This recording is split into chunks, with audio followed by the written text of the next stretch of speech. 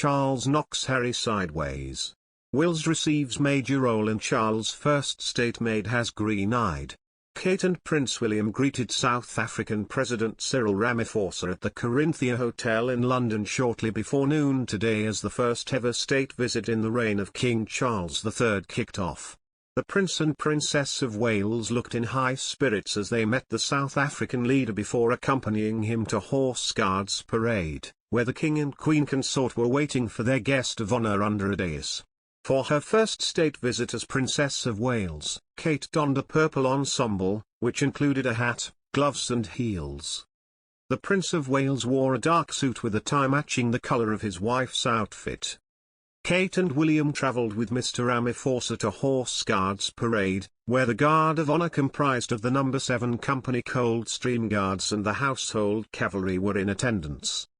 Upon their arrival at Horse Guards Parade, William and Kate let the sovereign take the lead and greet his guest. The procession will go from Horse Guards Parade to Buckingham Palace, the same route that had been followed in June after the Trooping the Colour Parade, the opening event of the Queen's Platinum Jubilee celebrations attended at the time by Charles, Camilla, William and Kate as the Prince of Wales, the Duchess of Cornwall and the Duke and Duchess of Cambridge. At the end of this procession, Mr. Ramaphosa and the royals will be met by a second guard of honour at the royal residence. Following a private lunch at the palace, His Majesty will guide Mr. Ramaphosa through an exhibition in the picture gallery focused on items from the royal collection relating to South Africa. During the afternoon, the politician will visit Westminster Abbey, where he will lay a wreath at the tomb of the unknown warrior and view a memorial stone for former South African President and anti-apartheid hero Nelson Mandela. Fans of tiaras are anticipating this evening's state banquet, which will take place after Mr. Ramaphosa addresses Parliament from the Royal Gallery at the Palace of Westminster. King Charles's first state banquet will take place at Buckingham Palace and will see Camilla and Kate don tiaras for the first time since receiving their new titles of Queen Consort and Princess of Wales respectively. The significance of this two-day state visit had been previously hailed by South Africa's High Commissioner, Jeremiah Nyamane Mamabolo, who highlighted how the first president to be hosted by the new sovereign is the leader of a Commonwealth nation.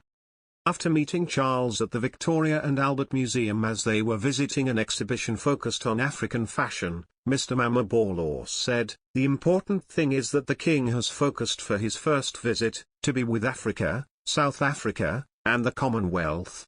As members of the royal family arrived at the palace tonight, all eyes were drawn to the Princess of Wales, who stunned onlookers with her dazzling outfit topped with Queen Mary's lover's knot tiara. The sparkling number once belonged to Princess Diana and it is now perhaps Kate's most favoured piece of royal jewellery.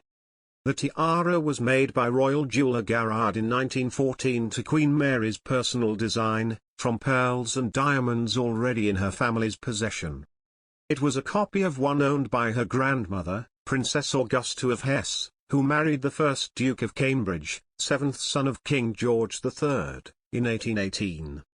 In her will, Queen Mary left the tiara to the Queen who wore it frequently, including at an evening event in 1955.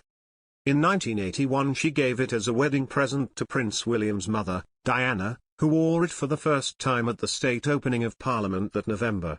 Diana also wore the tiara in 1985 on an official visit to Washington with Prince Charles. And since her death the glistening headpiece has been worn by the Princess of Wales. In October 2018, Kate wore the tiara to a state banquet along with a silvery blue taffeta gown by one of her go-to designers, Sarah Burton for Alexander McQueen. She teamed it with Princess Diana's Collingwood pearl earrings and Queen Alexandra of Denmark's wedding gift necklace, which was a favourite of the Queen Mother's.